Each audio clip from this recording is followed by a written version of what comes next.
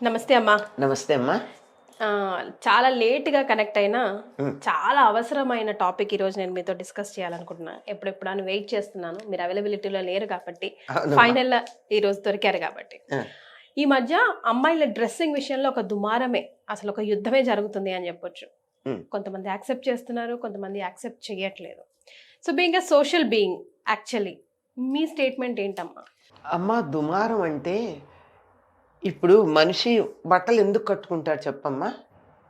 వాత, ఆతప, శీత, వర్ష ఈ 4 నుంచి రక్షించుకోవడానికి. హ్మ్. గాలేస్తే ఇలా అనుకుంటాం. హ్మ్. చలేస్తే ఇట్లా అనుకుంటాం. ఎండొస్తే కాస్త మొహాన ఎండ పడకుండా కప్పుకుంటాం. వానొస్తే కప్పుకుంటాం.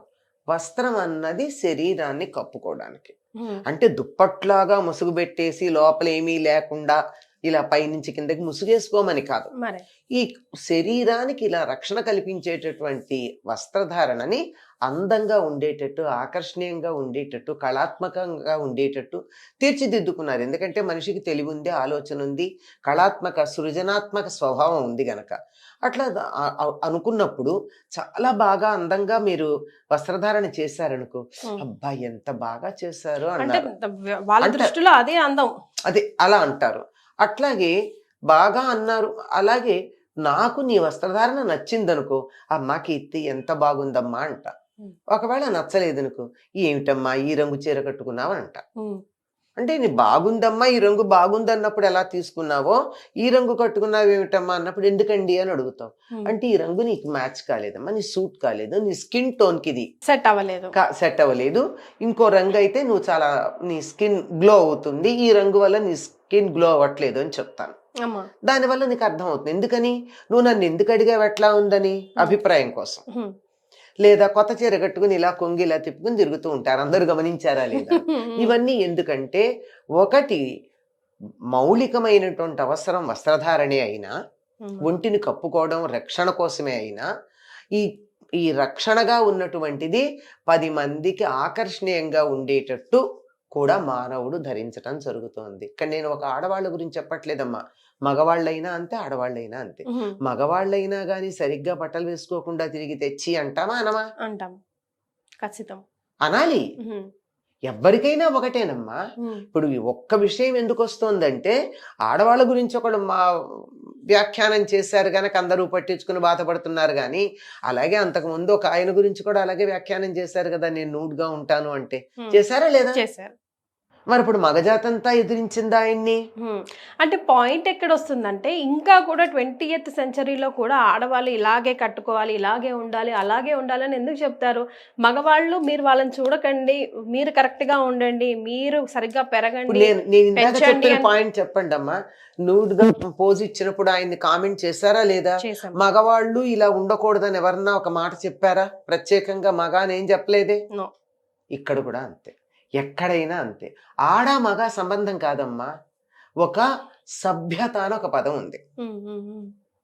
మనం వ్యక్తులం అయినా గానీ, మనం ఎలాంటి వ్యక్తులం? జంతువుల్లాగా ఒకళ్ళతో ఒకళ్ళకి సంబంధం లేని వ్యక్తులం కాదు. హ్మ్. సామాజిక జీవులం. హ్మ్. Man is a social animal. Animal అన్నారు. హ్మ్. అట్లాంటప్పుడు నువ్వు సోషల్ యానిమల్ అయినప్పుడు, సోషల్ నార్మ్స్ ఏవైతే ఉన్నాయో వాటిని కొంతవరకన్నా పాటించాలి కదా! ఇప్పుడు మరి అదే మళ్ళీ that applies to the other people also గదా! అందరికీ వర్తిస్తుంది. అది నేను చెప్పేది. మీకు చాలామంది అర్థం చేసుకోని విషయం ఏంటంటే, నేను చెప్పే స్టేట్మెంటు సోషల్ నార్మ్ అనేది ఒక్క ఆడవాళ్ళకి మాత్రమే కాదు అని నేను చెప్తున్నా. మగవాళ్ళకి కూడా ఉంది. యెస్. ఎవ్వరైనా సరే సభ్యంగా వస్త్రధారణ చేసుకుని బయటికి రావాల్సిందే. హ్మ్. అలా లేకుండా మగవాళ్ళు తిరిగితే ఊరుకుంటారమ్మా? హ్మ్. హ్మ్. హ్మ్. పిచ్చివాడంటల్లా? ఆ! రాళ్ళేసి కొడతారా లేదా పిల్లలు పిచ్చివాడని? యెస్. ఎవరికైనా అంతే. అంచేత వీళ్ళకి వాళ్ళకని కాదు. అందులోనూ ఏమంటే భద్రపరుచుకోవలసినటువంటి భద్రంగా ఉంచవలసినటువంటి అవయవాలు స్త్రీలకు ఎక్కువ ఉన్నాయి గనక కొంచెం ఎక్కువ జాగ్రత్త తీసుకోవాలి. దీనికి ఎంత సంప్రదాయం గురించి మనం మాట్లాడితే మీరు చాదస్తం అది అన్నా గాని మన దేశంలో, మన సంస్కృతిలో, మన సనాతన ధర్మంలో స్త్రీలకున్నటువంటి అవయవాలకి ఎంతటి పురుషులకి లేక స్త్రీలకి మాత్రమే ఉన్న అవయవాలకి ఎంతటి గౌరవం ఇచ్చారు అంటే మగవాళ్ళు సాష్టాంగ నమస్కారం చెయ్యొచ్చు కానీ ఆడవాళ్ళని చెయ్యక్కర్లేదన్నారు. ఏమ్మా ఎందుకు చేయక్కర్లేదన్నారు? ఈ పొట్ట నేలకి తగలకూడదు, ఎంతో మందికి జన్మస్థానం అది.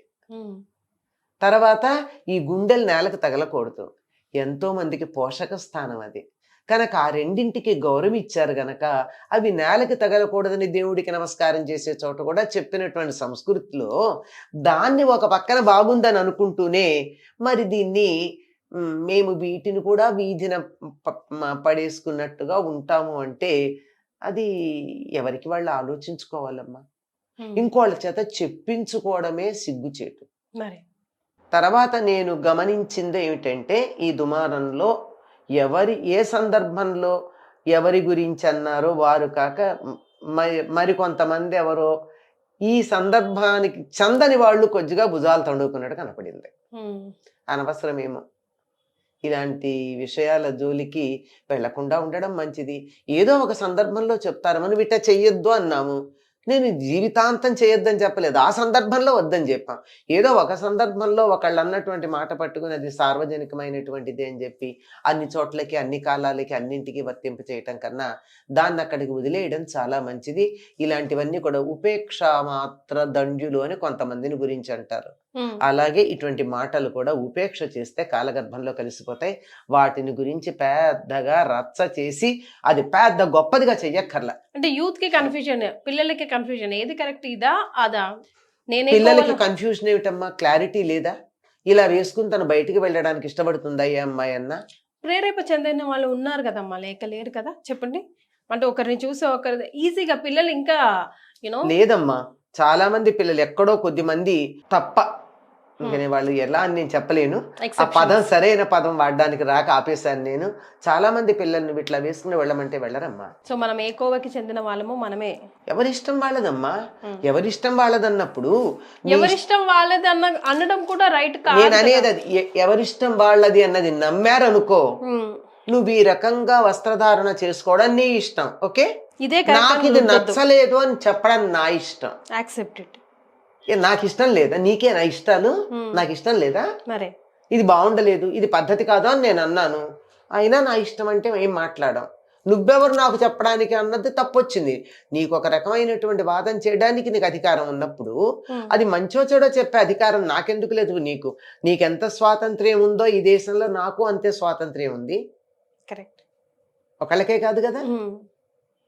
అంతే కదా, అంతే కదా. ఏదైనా బయటపడి మాట్లాడింది you have to accept the comment, అంతే. ఇప్పుడు నలుగురిలోకి వచ్చిన తర్వాత, నలుగురు బయటకు వచ్చిన తర్వాత తప్పనిసరిగా ఏదో ఒక మాట అంటారు. మనకుండా ఉండదు. నలుగురిలోకి అసలు మాట పడకూడదు అంటే లోపల నుంచి ఇంట్లోంచి బయటికి రాకూడదు, బయటకు వచ్చాక అంటారు. అన్నప్పుడు యాక్సెప్ట్ చేయి, ఏముంది దానికి. నేను అంటాను నువ్వు ఇట్లా ఉండకూడదు అమ్మాయి అంటా నేను నిన్ను, నీ ఇష్టం నువ్వు ఉండు, కానీ మీరు నన్ను అనకూడదు. నా ఇష్టం అన్నను వదిలేసి, నిన్ను కామెంట్ చేయడం నా ఇష్టం, నీకు నచ్చినట్టు ఉండడం నీ ఇష్టం, it's okay. Be agree to differ, simple, అంతే. అంతేగాని నేను ఇట్లా ఉంటా కానీ నువ్వు అనకూడదు అంటే ఎట్లా కుదురుతుంది మరి? ఎగ్జాక్ట్లీ. సో మీరు ఇంకొక మాట అన్నారు, అది కూడా చాలా నిజమైనటువంటిది. వాళ్ళు ఎట్లా ఉంటే మనం జాగ్రత్తగా, మగపిల్లలు జాగ్రత్తగా ఉండాలని. ఈ విషయంలో మగపిల్లల్ని పెంచటం గురించి ప్రత్యేకమైన క్లాసులు తీసుకోవాలమ్మా. ఎంతసేపు మనం ఆడపిల్లలు ఎలా ఉండాలో చెప్పిన వాళ్ళు ఉన్నారు కానీ మగపిల్లలు ఎలా పెంచాలో చెప్పిన వాళ్ళు లేరు. తప్పనిసరిగా మగపిల్లల తల్లులకి తండ్రులకి క్లాసులు తీసుకుని వాళ్ళని, పిల్లల్ని సరిగ్గా పెంచటం వాళ్ళకి నేర్పించాల్సిన అవసరం చాలా ఉంది. ముందర మొట్టమొదట అమ్మని అమ్మ అని పిలవడం మొదలు పెట్టాక, ఇంట్లో అక్క చెల్లెళ్ళని అమ్మ అని పిలవడం మొదలు పెట్టాక సగం సమస్యలు తగ్గుతాయి. ఆ రెండు మానేసాకే ఏముందమ్మా. So to wind up the whole topic, సరే వినని సగం గురించి మనం మాట్లాడాల్సిన అవసరమే లేదు, అసలు పట్టించుకోక్కర్లేదు. మీ మాటకి గౌరవించే వాళ్ళ కోసం మీరు చెప్పే మాట. మనం సామాజిక జీవులం, అనగా సోషల్ యానిమల్ అన్నాం కదా. ఒక సొసైటీలో ఉన్నప్పుడు ఆ సొసైటీ నామ్ని పాటించాల్సిందే. బిఏ రోమన్ ఇన్ రోమ్ అని ఆంగ్లంలో చెప్పారు. కనుక మనం ఏ సొసైటీలో ఉన్నామో దాన్ని అంగీకరించి దానికి తగినట్టుగా ఉంటే ఎవ్వరూ మనని ఏమి అనరు. ఒకవేళ దానికన్నా భిన్నంగా ఉంటే అంటారు, పడాలి. That's all. Thank you so much అమ్మా. నమస్కారం.